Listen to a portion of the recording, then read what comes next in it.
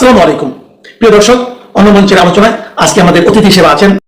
নমস্কার, আমি তরুণ ঘোষ। আজকে শেখ হাসিনা সম্পর্কে আপনাদের কিছু খবর দেব। অনেকদিন ধরেই আপনারা বলছেন শেখ হাসিনা সম্পর্কে কোনো খবরাখবর আপনি দিচ্ছেন না। রে, খবর না হলে আমি দেব কি করে? একটা খবর হবে তবে তো আমি দেব, গাঁজাগুলি তো আর দিতে পারি না। এই যে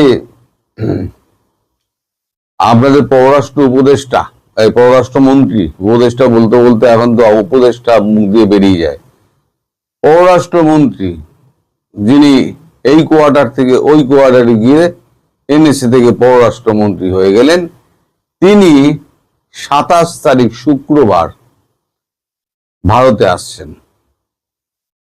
ভারতে এসে তিনি আমাদের বিদেশমন্ত্রী ডক্টর জয়শঙ্কর এবং আমাদের স্বরাষ্ট্রমন্ত্রী অমিত শাহ এবং এনএসএ অজিত দোভালের সঙ্গে দেখা করবেন। এখন চারিদিকে প্রশ্ন উঠছে এই দেখা করার বিষয়টা কি। দেখুন, তারেক রহমানের মন্ত্রিসভায় তিনি হচ্ছেন পররাষ্ট্রমন্ত্রী। এবার তারেক রহমানের অনুমতি ছাড়া তিনি তো ভারতবর্ষে আসবেন না। তাহলে ভারতবর্ষে কি বার্তা নিয়ে আসছেন, প্রশ্ন হচ্ছে সেইখানে। ভারতবর্ষে এই যে আপনাদের খলিলুর রহমান আসছেন পররাষ্ট্রমন্ত্রী, তিনি কি বার্তা তারেক রহমানের নিয়ে আসছেন। আমি কতগুলো জিনিস আগে আপনাদের বলে দিই, তারপর শেখ হাসিনা প্রসঙ্গে আসবো। তার সঙ্গে দেখা হওয়ার ব্যাপার গুলো তো আসবো, কার কার সঙ্গে দেখা হবে, তার কি প্রসেসে দেখা হবে, সে সমস্ত প্রসঙ্গে আসছি। কিন্তু আর কি কি তিনি বার্তা নিয়ে আসছেন সেটা যতক্ষণ না পর্যন্ত আপনাদের বলছি, আপনাদের কাছে ব্যাপারটা পরিষ্কার হবে না। এক হচ্ছে 22 তারিখ চাইনিজ অ্যাম্বাসেডার তিনি দেখা করেছিলেন তারেক রহমানের সঙ্গে। তারেক রহমানের যে প্রেস উইং এই ব্যাপারে একদম নিশ্চুপ। তারপর চাইনিজ অ্যাম্বাসেডার নিজে একটা প্রেস কনফারেন্স করেন। প্রেস কনফারেন্স করে তিনি অভিযোগ করেন বা বলেন যে বাংলাদেশ এবং চীনের মধ্যে যারা দূরত্ব তৈরি করার চেষ্টা করা হচ্ছে সেটা চীন খুব ভালো করে মেনে নিচ্ছে না। তার এটা বলার কারণ কি? কারণ তো কিছু একটা ঘটেছে।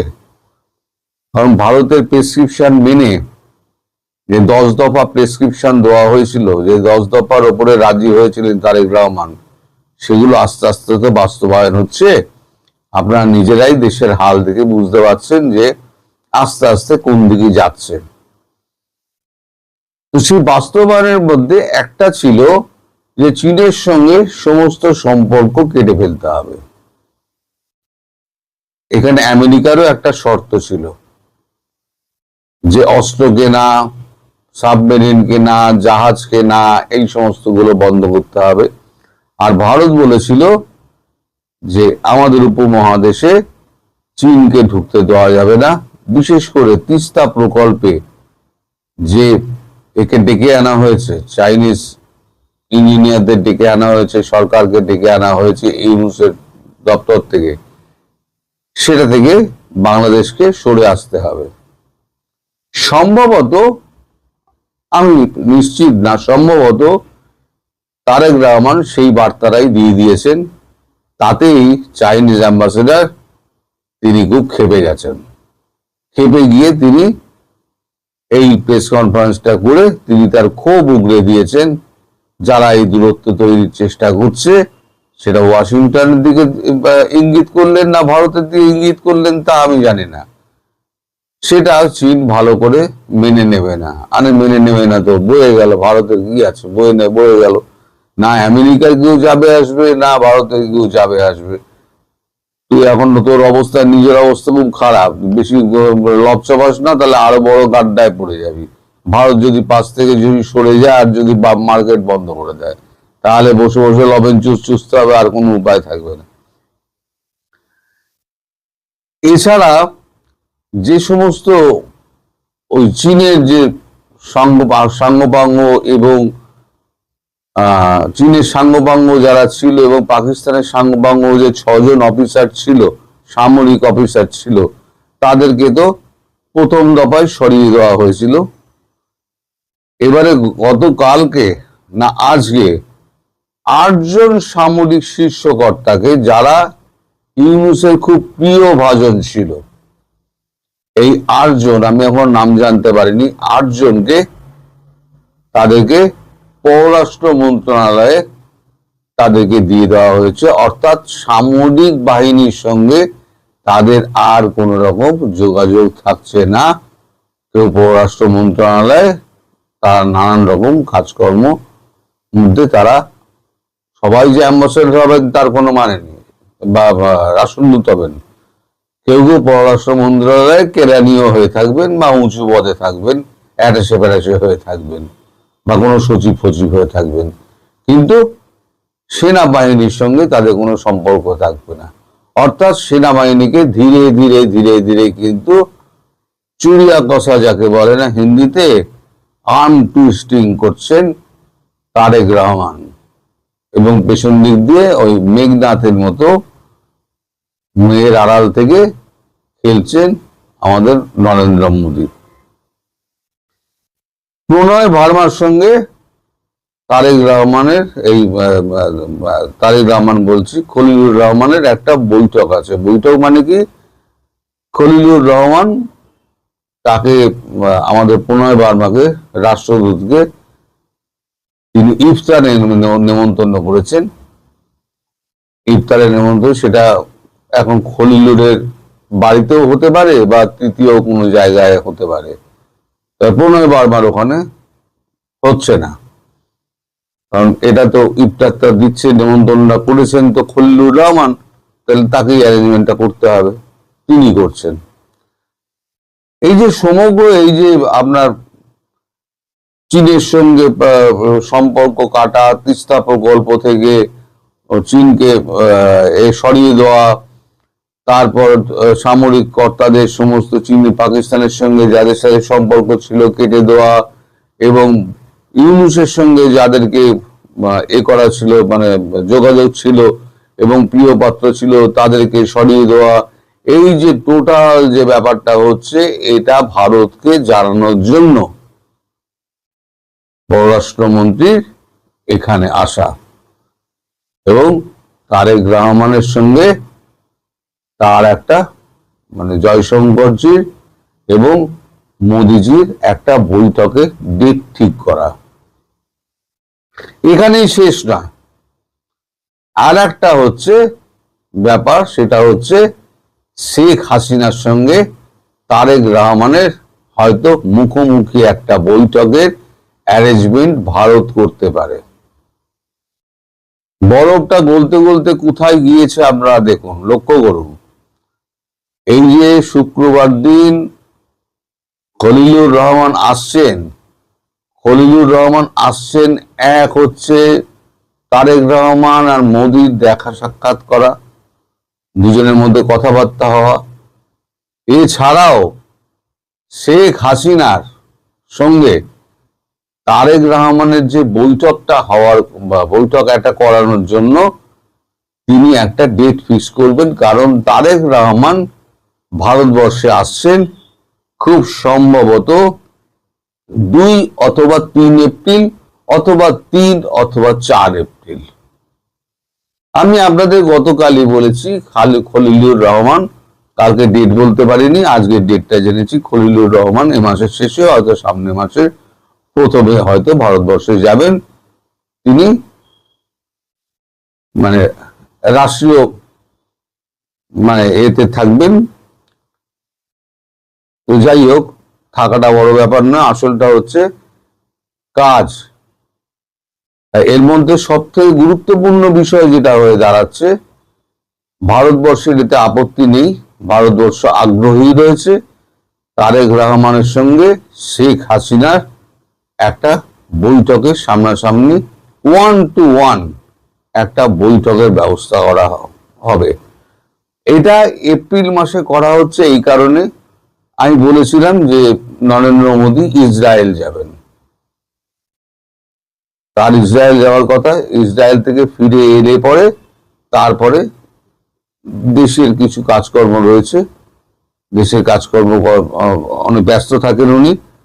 ঠিক হচ্ছে 2 অথবা 3 অথবা 3 অথবা 4 এপ্রিলে তারেক রহমান আসবেন, তখনই মোদীজির সঙ্গে তার কথা হবে এবং একই সঙ্গে চেষ্টা করা হচ্ছে যে শেখ হাসিনার সঙ্গে সেখানে বৈঠক করানো।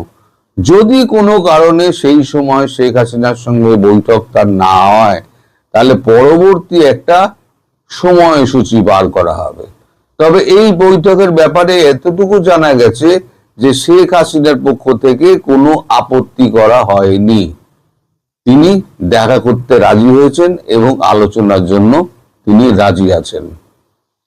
আপাতত এইটুকু খবর রয়েছে। সুতরাং আপনারা বুঝতেই পারছেন যে বরফ ধীরে ধীরে গলছে এবং ইউনূসের আমলে দেশের যে অবস্থা ছিল, আজকে কিন্তু সেই অবস্থায় দেশ নেই। হ্যাঁ, কোনো কিছুই একেবারে দুম করে থেমে যাবে না। এটা একটা ট্রেন চলার মতো, একটা ট্রেনে একদম ব্রেক মারলেন বা গাড়িতে ব্রেক মারলেন সঙ্গে সঙ্গে থেমে গেল, তা তো নয়। সেটা কখনো হতে পারে না। তো যাই হোক, এটা হচ্ছে একটা বড় ব্যাপার। আর দ্বিতীয় হচ্ছে, কালকে যে আমি প্রশ্নটা করেছিলাম যে কেন হঠাৎ এই এটা হলো মানে রাষ্ট্রপতির ভাষণটা হলো কেন? রাষ্ট্রপতির ভাষণটা হয়েছে ভারতের ইঙ্গিতে এবং তারেক রহমানের অনুমতিতে, এবং এটা বলে এটা সবাইকে একটা শিক্ষা দেওয়া, ভবিষ্যতে যদি কেউ এই ধরনের জিনিস করেন কোনো রাষ্ট্রপ্রধানের ক্ষেত্রে, তাহলে তার শাস্তি কি হতে পারে, সেটা আমি রাত্রিবেলার ভিডিওতে, যেমন আমি এতে নোটিশে দিয়েছি, রাত্রিবেলার ভিডিওতে আমি আপনাদের ব্যাখ্যা করব এবং গলা জলে কতটা ডুবে রয়েছে আমাদের স্যার, সেটাও তখন জানতে পারবেন এবং ভবিষ্যতে তার কি হাল হবে। আমি বরাবর বলে আসছি একটাই কথা, আপনারা সব থেকে বড় সাক্ষী, আপনারা বলেন তো আমার কোনো কথা মেলে না, যে উনি শেষ দিনটা ওনার খুব করুণ যাবে এবং ওই আইসিটিতে ওনার বিচার হবে।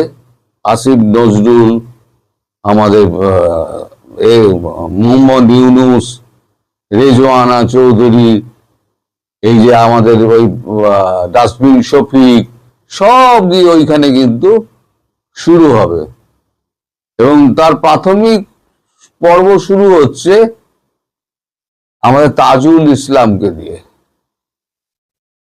আজকে সম্ভবত তাজুল ইসলামের বিরুদ্ধে একটা করা হচ্ছে, মামলা করা হচ্ছে, মামলাটা করছে দুদক। আপাতত এই খবর আমার কাছে আছে। রাত্রি 10:30টার ভিডিওর জন্য আপনারা সবাই অপেক্ষা করুন, তখন আরো অনেক গরম গরম খবর দেবো। সবাই ভালো থাকবেন, সুস্থ থাকবেন, সাবধানে থাকবেন। নমস্কার। সঙ্গে আছে ব্রাজিল এবং সাউথ আফ্রিকা, যারা অত্যন্ত চটা। এবার রইল গিয়ে ইরানও কিন্তু এই ব্রিক্সের মধ্যে চলে আসছে, আস্তে আস্তে ব্রিক্সের মধ্যে চলে আসবে। আপনারা দেখে নেবেন, ব্রিক্সই থাকবে, শুধু একটা আইজো হবে। এই যে আপনারা সামনে দেখছেন, শুধু ইরানের সঙ্গে যুদ্ধটা হচ্ছে। ইরানের সঙ্গে যুদ্ধটা কিন্তু শুধু ইরান নয়, ইরানের পেছনে ব্যাকআপ কে রয়েছে? ইরানের পেছনে ব্যাকআপ রয়েছে রাশিয়া, ইরানের পেছনে ব্যাকআপ রয়েছে চীন। কালকে রণতরী গুলো সাজানো হয়েছে, রণতরী থেকে এখন প্রচুর মিসাইল মেরে তার সমস্ত এয়ার ডিফেন্স সিস্টেম ইরানের ভেঙে দিল।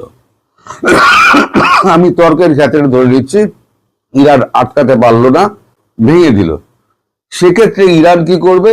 ইরান করবে কি, চীনের থেকে স্যাটেলাইট ইমেজ নিয়ে ইরান আক্রমণটা করবে, সেটা আটকাতে পারবেন না। এবার ভারত নিঃশব্দে খেলে, মেঘনাথের মতো মেঘের আড়ালে খেলে। ভারত কিন্তু ইরানের পেছনে দাঁড়িয়ে আছে, মেঘের আড়ালে মেঘদূতের মতো দাঁড়িয়ে আছে। যত রকম সাহায্য এবং আপনার এই দরকার, মানে টেকনিক্যাল ফ্যাসিলিটিস দরকার, ভারত কিন্তু দিয়ে যাবে। কারণ আমেরিকার সঙ্গে কিন্তু ভারতের দূরত্ব তৈরি হয়ে গিয়েছে, এই দূরত্ব এখন আর তাড়াতাড়ি মিটবে না। আপনি এই মানে যুদ্ধের পরিপ্রেক্ষিতে, বর্তমান রাজনীতি, ট্রাম্পের রাজনীতির পরিপ্রেক্ষিতে, ট্রাম্প যতই নিজেকে বদলাবার চেষ্টা করুন না, অভিনয় করুন না কেন, নরেন্দ্র মোদী জানেন যে একবার যে অবিশ্বাসের কাজ করেছে তাকে আর দ্বিতীয়বার বিশ্বাস করা যায় না। ফলে নরেন্দ্র মোদীর ওই মেঘের আড়াল থেকে নরেন্দ্র মোদী খেলবেন। তাহলে কি হলো? এখানে তিনটে বড় দেশ, চীন, রাশিয়া, ভারত, তিনটে কিন্তু ইরানের পেছনে দাঁড়িয়ে গেল। আর ইরানের স্ট্র্যাটেজিক্যাল ডেপ যা, সেটা কিন্তু ইউক্রেন নয়। আর ইরানের একটা প্রাচীন ইতিহাস আছে। গত 12 দিনের যে যুদ্ধ হয়েছিল ইরান এবং ইসরায়েল, সেখান থেকে they have got lot of lesson from those days. কতগুলো ভুল করেছিল, কতগুলো ঠিক করেছিল, সেগুলো নিয়ে কিন্তু চুলচেরা বিচার করে নিজেদের একদম শুদ্ধিকরণ করে ফেলেছে। ফলে কালকে আমি যদি ইরানকে অ্যাটাক করি, তাহলে পরে ইরান আমাকে পাল্টা অ্যাটাক যে করবে না, তার কোনো এ নেই। একটা ইরানের মিসাইল যদি একটা রণতরীর ওপরে গিয়ে পড়ে, তাহলে পুরো সেটা গিয়ে একদম ড্যামেজ হয়ে গেল। তার ওপরে যে বিমানগুলো রয়েছে, সেই রানওয়েটা ধ্বংস হয়ে গেল, রণতরীটা কিন্তু বেকার হয়ে যাবে। আর বুটস অন গ্রাউন্ড কোনোদিন করবে না, কারণ বুটস অন গ্রাউন্ড করতে গেলে যে দম দরকার, সেই দম কিন্তু মার্কিন যুক্তরাষ্ট্রের প্রেসিডেন্ট ডোনাল্ড ট্রাম্পের নেই। কারণ গোটা 5-6 বডি যদি পড়ে যায় না, এই যে মাগা ক্রাউড যে আছে না, দেখবেন ওয়াশিংটন ডিসি থেকে ফ্লোরিডা, টেক্সাস, সব রাস্তায় মাগা ক্রাউড বেরিয়ে পড়েছে। আমাদের দেশের মানুষ মারা যাচ্ছে কেন? ফলে এতগুলো জায়গায় উনি যে ধাক্কা খেয়েছেন না, ওনাকে কিছু করে দেখাতে হবে।